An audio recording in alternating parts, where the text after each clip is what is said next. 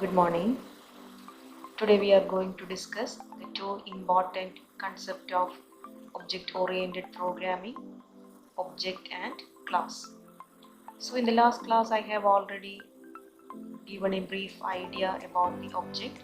Today I will be giving a detailed explanation of the definition of object, how we can create an object, how we can access the data member through object, etc.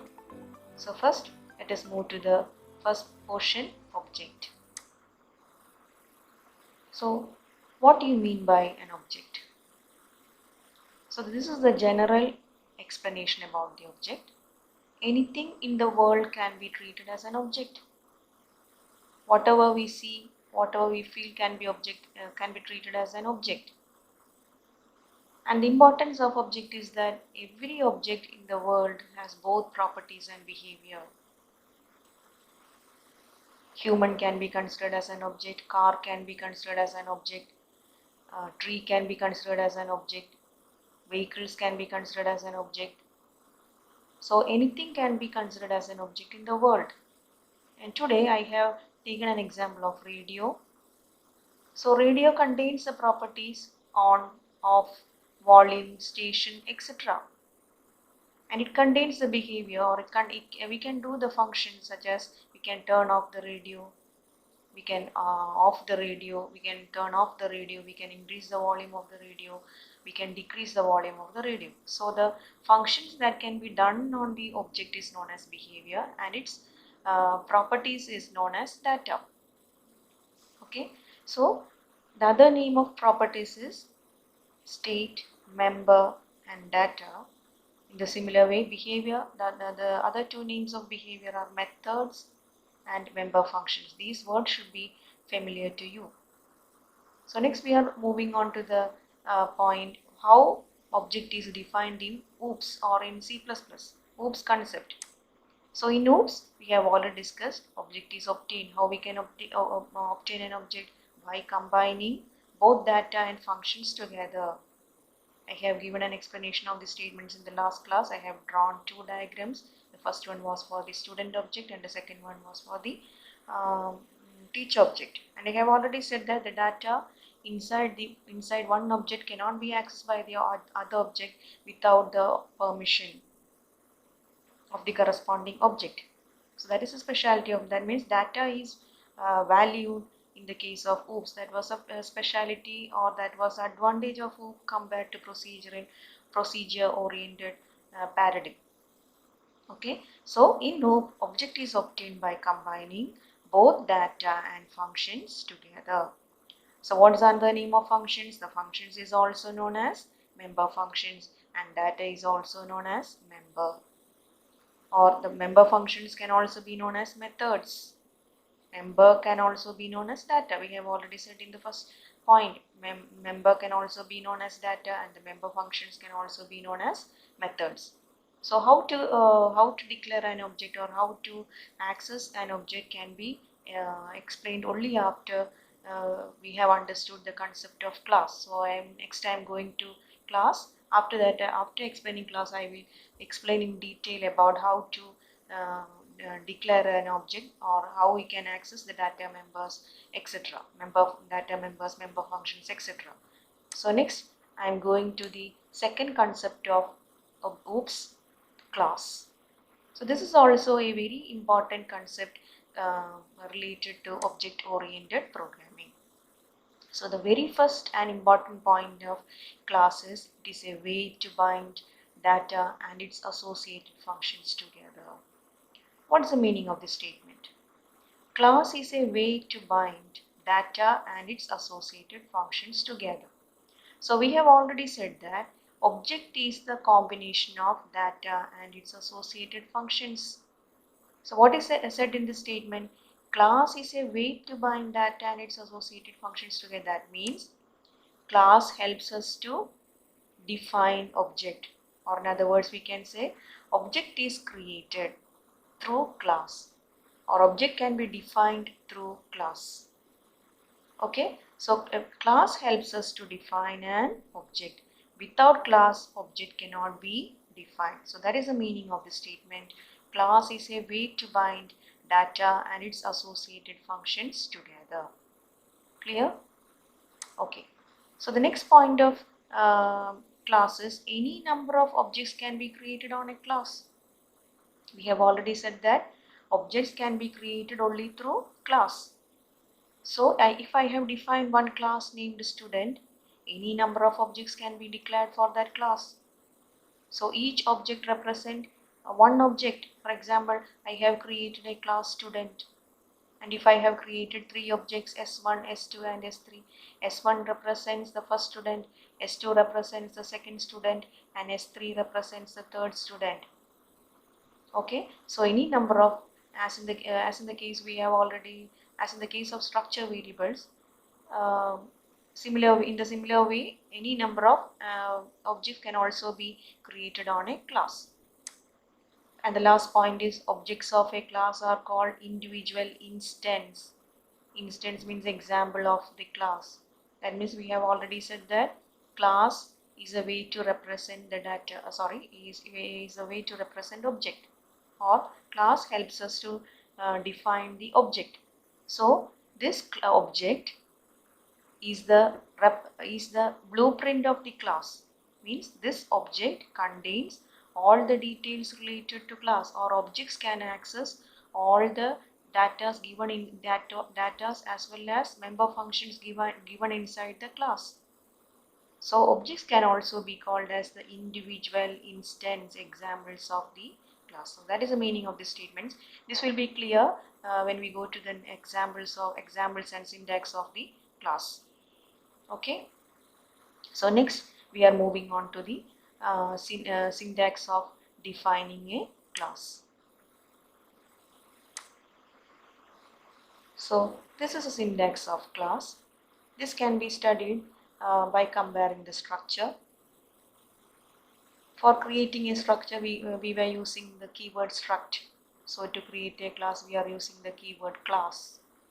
Next, class name. Class is a keyword. Class name is the user defined name which can be given by the programmer or programmer. Okay. Next, we are opening the brackets. Here I have given two keywords, private and public. These are known as the access specifiers. Okay, so in under the private as well as under the public, we can give both the data and functions.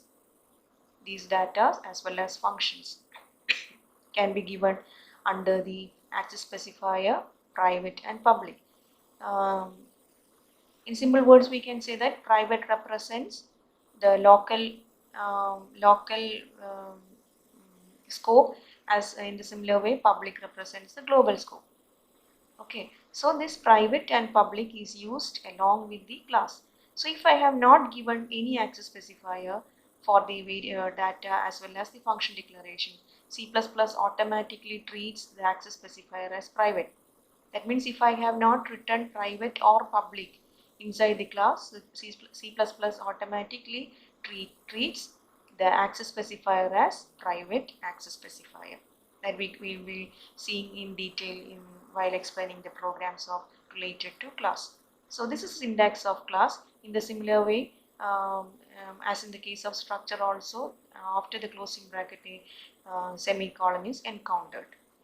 Okay, so the difference between the structure and class is that structure can contain only data, whereas the class can contain both data as well as function. And then the difference is the structure does not contain the access specifiers private or public, whereas in the class we have the access specifiers private and public. There is another access specifier also protected that I will be discussing in the next sections.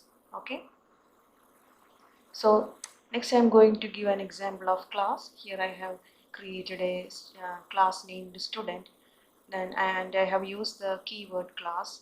Opening bracket, I have used the keyword private as well as I have used the keyword public. Access specifiers, these two are access specifiers, and under the private section I have given two data members, data's roll number and name, data member.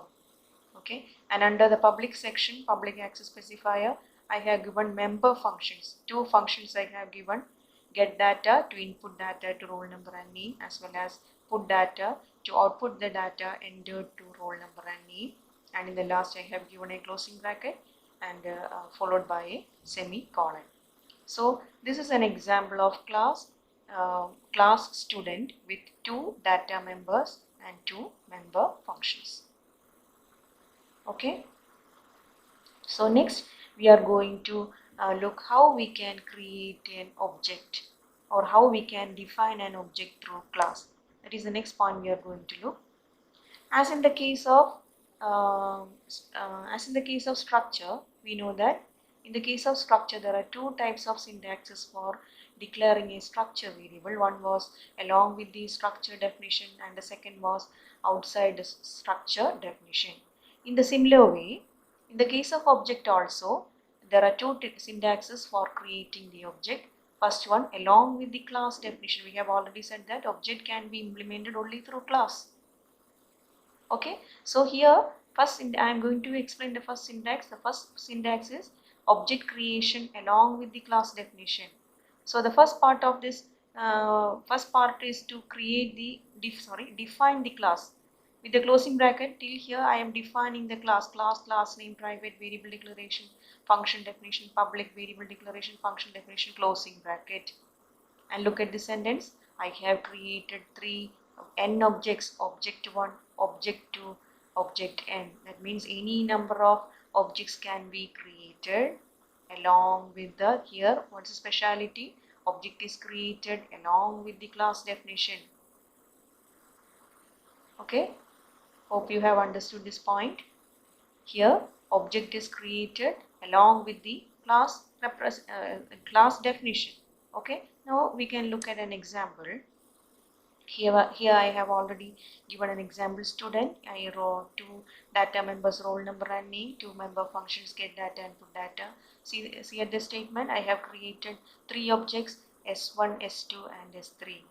That means three objects have been created along with the class definition. So S1 represents the first S1 represents this first student, S2 represents the second student, and S3 represents the third student. Okay, so S1 is an instance of class student. That's the meaning of instance. That means S1 can access roll number, name, get data, put data. That are the members of the class. That are the member data as well as the member functions of student. So S1 can also represent these data. So it is known as instance of a class, example of a class. Okay. So S1 is an instance of student, S2 is an instance of student, S3 is an instance of student. Clear? Okay. Now we are moving on to the second syntax. This second syntax, as we all of us have studied in structures, outside the class definition. So first I will be writing the class definition, and I have put a semicolon after the closing bracket, and outside the class definition I have to use the class name. In the similar way, in the case of structure also, to create a structure variable outside the structure, we have to first use the structure name. Here we are using we are going to create the object, so we have to use the class name followed by the object name. So class name should come first, followed by the object name. Now let us look at the example. Here I have first created the class student, and outside the definition of the class I have created, first I have to give the class name. The class name is student. Here also I have used student, S1, S2, S3.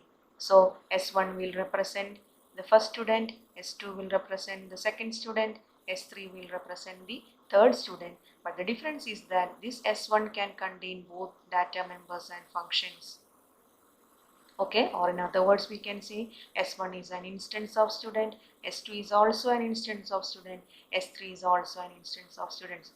Again, in other words, we can say that S1 is an example of student, S2 is an example of student, S3 is an example of student.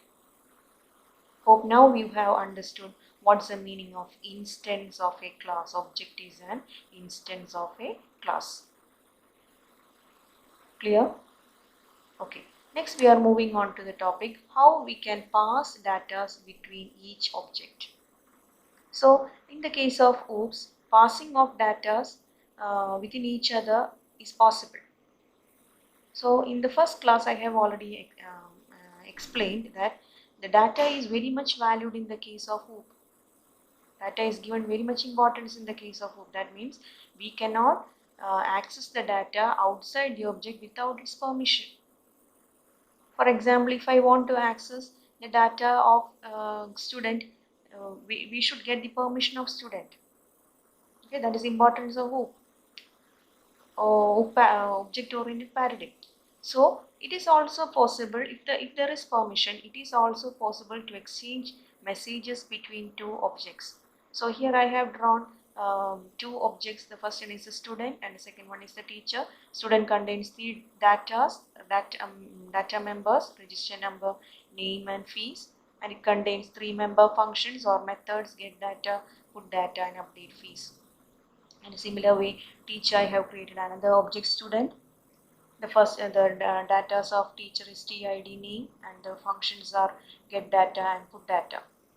Okay, so if I want to update the fees of student, if a teacher want to access the update fees of student, we have to get the permission of the object student.